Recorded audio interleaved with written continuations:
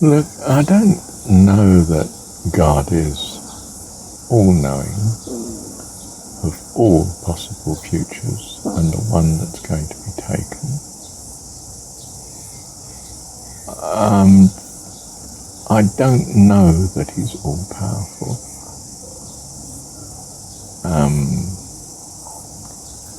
I don't even know that he's all-present, but I surmise that he is, that in some sense this whole creation is just a thought of his. Complex thought, but perhaps not demanding for God.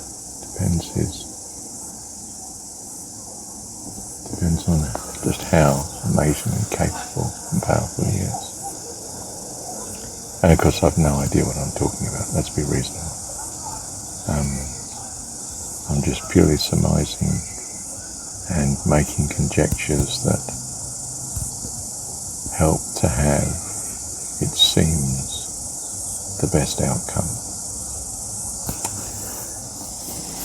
So, it is not so unreasonable to suppose that if this world, this material existence, space, time and matter, if it is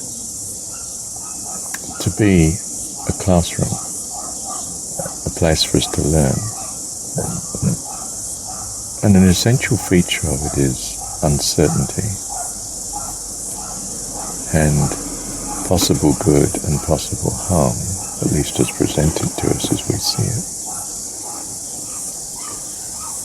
And that much of our learning here is in this astonishing situation of how to make decisions when not knowing for sure what is best.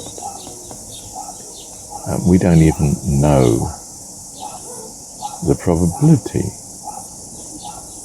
of what will result in certain actions, because of course we've never got a specifically large enough sample of such behind us to go on.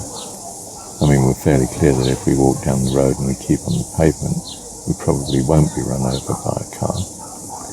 But many things are not that simple. I'm not clear whether if I choose to go on holiday tomorrow, basically it will be a good outcome, or whether I'll have an accident on the way, or whether I'll run out of money, or whether I'll lose my way, or whether, the weather will be awful, and so forth. So,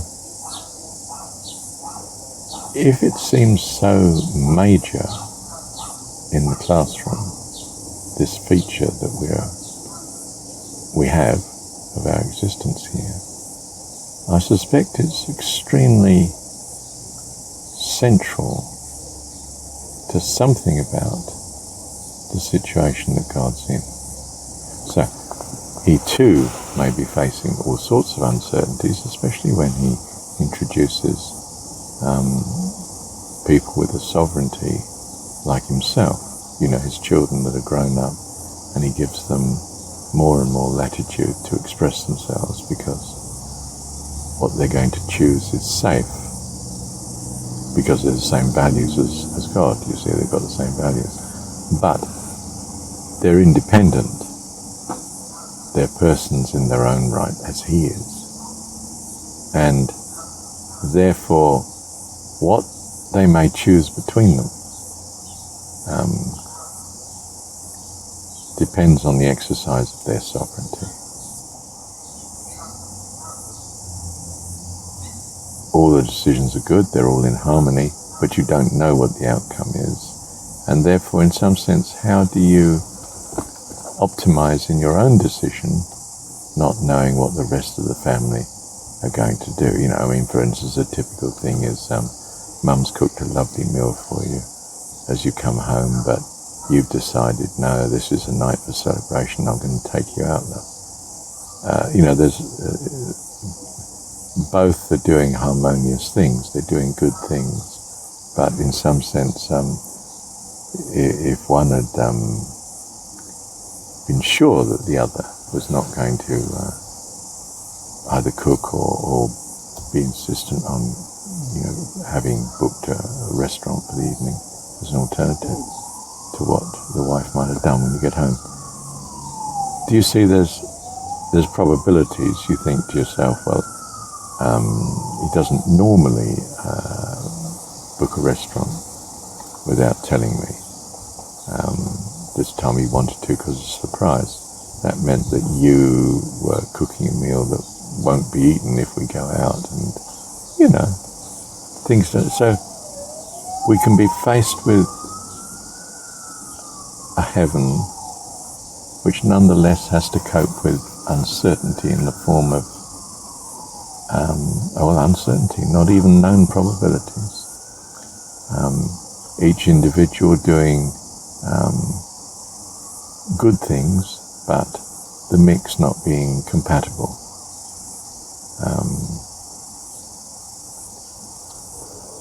So we can have a situation, can't we, where you buy a car for your son, but he's already bought one, and so there's a probability all the time that you're going to be introducing something good into a world that's different to what you expect. If you'd have expected what is going to turn up, then you would have acted differently, and so on. So I'm not clear that God necessarily knows all the future, for instance.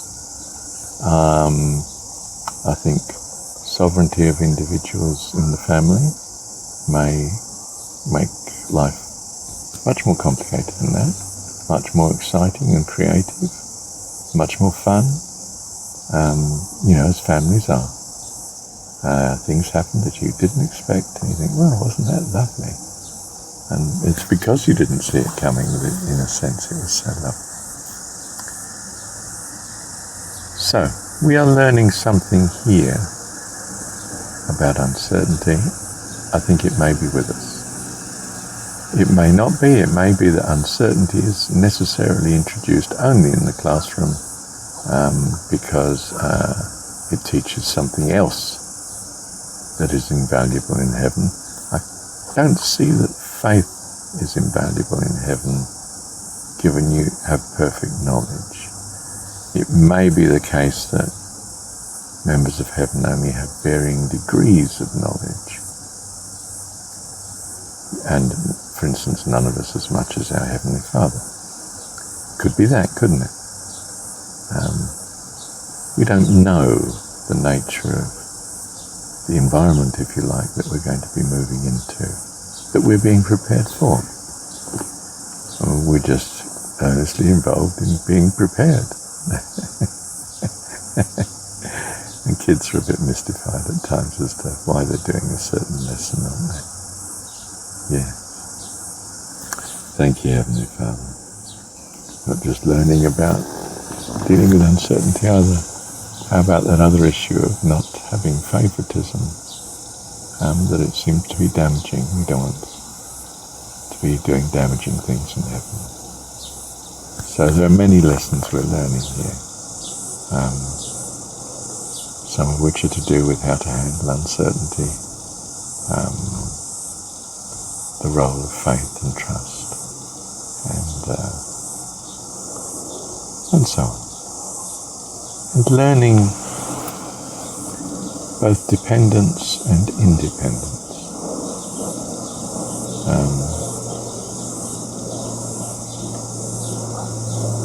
Yes.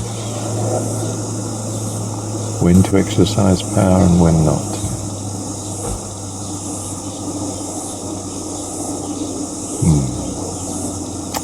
Thank you, Heavenly Father.